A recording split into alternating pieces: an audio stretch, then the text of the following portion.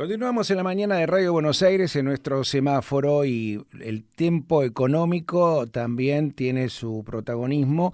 Natalia Ariño está en línea, es de FADA y vamos a hablar con ella particularmente con respecto a la renta y también a la condición de producir.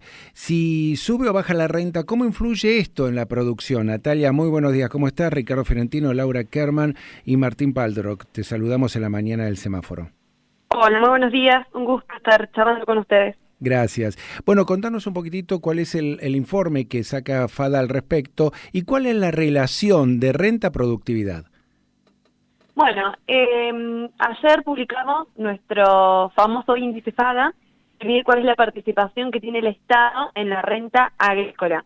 ¿Qué significa esto? Por ejemplo, a 100 pesos de renta que tiene una hectárea agrícola, 61 pesos con 50 son impuestos, es decir, el 61,5%, ¿sí? de la renta agrícola es participación del Estado. Y esto se lleva en impuestos que van con destino a diferentes niveles de gobierno, a nivel nacional, provincial y municipal.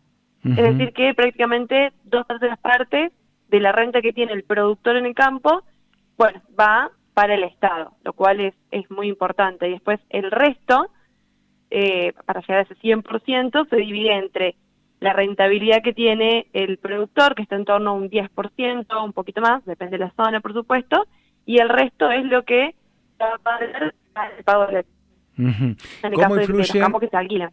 ¿Cómo influye entonces en este punto la caída de los precios? Bueno, cuando analizamos esa participación del Estado, lo que hace que la caída de los precios hace que esa participación del Estado aumente, ¿sí? Esto es una regla matemática, digamos, porque justamente cuando hablamos de renta estamos hablando de los ingresos brutos menos los costos de producción. Eso es la renta. Entonces, lógicamente, si bajan los precios, bajan los ingresos que tiene el productor y por lo tanto la incidencia que tienen los impuestos es mayor. Y bueno, cuando uno ve los precios, la verdad que bueno, hay precios débiles, ¿sí? En el mercado. Nosotros en Argentina somos precios tomadores, entonces hay precios, bueno, muy lejos de lo que fueron durante el 2019-2020, que fueron precios muy buenos, y en septiembre están por debajo del promedio de los últimos 5 años. Natalia, a propósito, estaba pensando también ahora con los incendios en Córdoba y cómo queda la tierra, cómo queda el suelo, y relacionaba esto, ¿no? Con la renta, con la productividad, con el precio también de los mismos, y cómo influye de algún modo el costo de la tierra, y cómo incide. Bueno, a ver, toda la parte de los incendios en Córdoba que es catastrófico, nosotros estamos acá en Río Cuarto, en Córdoba, y vemos de cerca todo esto.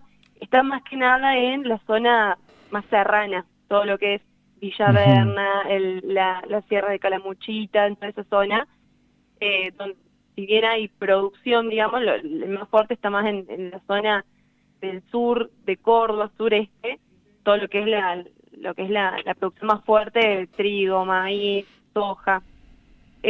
Sin embargo, es un año que está siendo complicado porque está seco, ¿sí? Más allá que nosotros lo vemos en al momento de producir, están esperando las primeras precipitaciones para empezar a sembrar, por ejemplo, maíz, y bueno, no está llegando, se está esperando que, bueno, caigan las primeras gotas para poder arrancar con la campaña. Imaginamos. Lo cual esto afecta negativamente por supuesto, a la producción y a las proyecciones. Pero bueno, esperemos que pronto pueda llover algo para poder empezar, por lo menos acá en la provincia de Córdoba. Por lo menos que se revierta la situación, ¿no? Con los incendios, con la producción, con la lluvia y demás. Claro, y hablando... por supuesto, perdón, por supuesto que si llueve aplacaría muchísimo el problema desastroso que estamos teniendo de incendios en la provincia, ni hablar. Y con respecto a las mediciones, o si en realidad FADA pudo medir lo que tiene que ver con el cultivo según la región, según las provincias, según las jurisdicciones, ¿tienen relación, tienen alguna información sobre esto? Sí, cuando vemos la participación del Estado por provincia, suele haber algunas diferencias. Por ejemplo, si bien el número global es del 61,5%, la participación del Estado, Cuando lo vemos a nivel provincia, por ejemplo, en Córdoba es un poquitito más alto, el 62%. En San Luis el 58%. En Buenos Aires también el 58,4%. Digamos, va más o menos todo en sintonía, pero lo que depende es más que nada los rendimientos que hay de los cultivos en cada una de las provincias y también los impuestos que se cobran. Si cada provincia tiene algún que otro aspecto diferente entre sí, entonces eso influye también en, bueno, cuál es la importancia que tiene el Estado en la renta agrícola. Pero en términos generales se maneja en ese rango, entre el 58 y el 62%.